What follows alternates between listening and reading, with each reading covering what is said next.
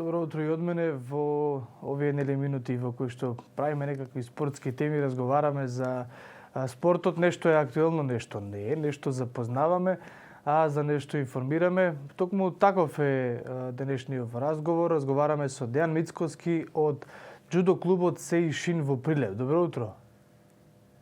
Добро утро, поздрав до вашите гледачи. Ви благодариме, господине Мицкоски. Вие сте дел од клубот колку време? Веќе клубот колку време постои? Бидејќи, нели, како што рековме, ова е едно своевидно запознавање. И што се случува во време на корона?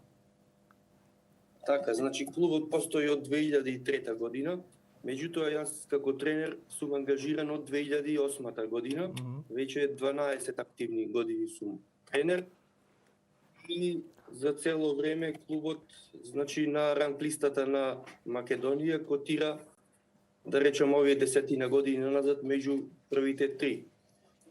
Што се однесува до корона пандемијата, од кога започна оваа ситуација, односно изминатата година веќе, март, еве скоро цела година, согласно одлуките на здравствената комисија, имавме забрана за тренажен процес во спортските сали. Потоа летниот период го искористивме топлото време, кога ни се отворија можности да тренираме на отворените терени. Тоа го правевме надвор и колку толку ја одржувавме кондицијата. Меѓутоа, со заладувањето на времето во доцната есен, изминатава година, повторно ги прекинавме своите активности, но еве вчера дојде една добра вест од страна на здравствената комисија, која што конечно ги одобри протоколите за тренинзи во џудо, но ќе напоменам дека тука има строги протоколи кои мора да се почитуваат од наша страна. Јасно. Кога е во прашање џудото сега, ако разговараме за тоа дали е ваша преференца, сигурно ќе ми одговорите дека да. Меѓутоа, ако направиме паралела со другите спортови, која е неопходноста, односно која е придобивката да се започне со џудо, а не со фудбал или пливање, например?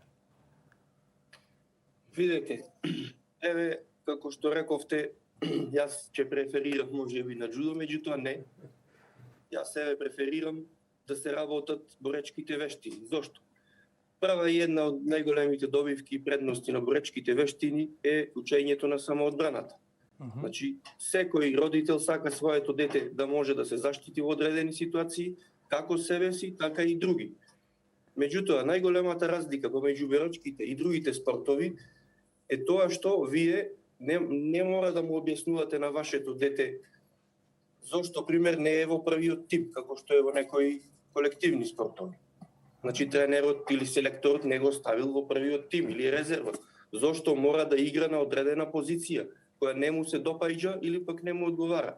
Значи, овде во боречките спортови успехот се мери индивидуално. Значи, се зависи од индивидуалните квалитети, секој има шанса да се покаже и докаже, паралелно со тоа да напредува и без оглед на неговиот фамилиарен статус, разни влијанија и привилегии во општеството, кои можат да се случат.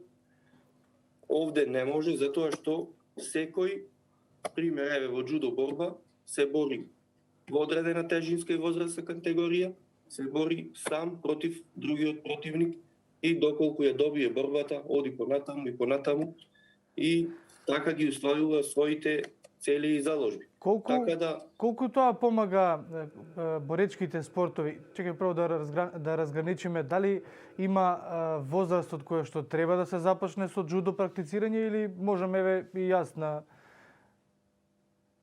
Значи, кај џудото има едно правило каде што се вели дека се вежба од 7 до 77. Значи, нема возрастна категорија од која можете да започнете. Сега, според најновите модерни џудо трендови и едно истражување вели дека џудото е најдобар спорт за деца и младинци од 4 до 21 година. Од 4 до 21 година?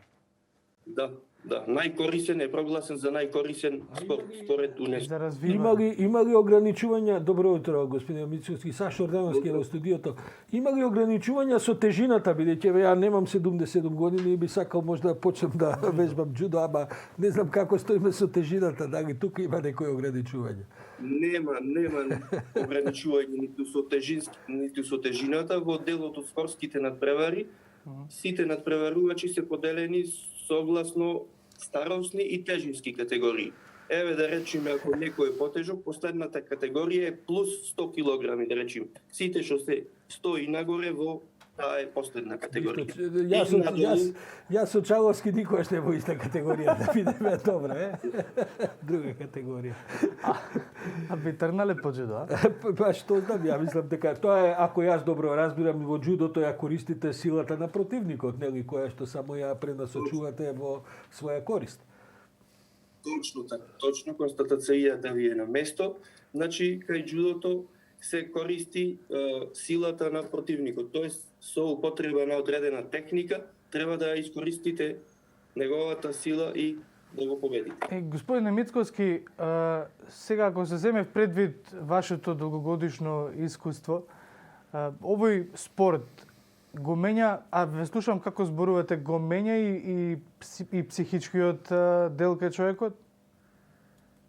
Точно, значи джудото покрај другиот правилен раст, развој, коски, мускули, моторички способности, координација и движење и одбранбените способности на нашето тело, игра голема улога кај концентрација, веројатно, кај самата личност и правилно формирање и созревање на самата личност, особено кај децата. Тоа претпоставувам влие и кај концентрацијата, и кај фокусот. Значи, сето тоа е поврзано. Значи, со джудото дополнително придонесува и за зголемување на самодовербата, издржливоста, потоа многу влијае кај дисциплината, самоконтролата кај луѓето, потоа се создава некое чувство за правда, почит кон себе си и кон другите и здрави животни навики. Јас сум сигурен дека после ова некој се мотивира да започне со джудо. Вие кога гледате наназад исто така со генерациите кои што стануваат дел од джудо клубовите, а и надпреварувањата, има интерес во Македонија? Да, во последниот период има голем интерес во нашата држава за джудо спортот. Меѓутоа, а се грижиме ли ние доволно за спортот пак на едно институционално ниво?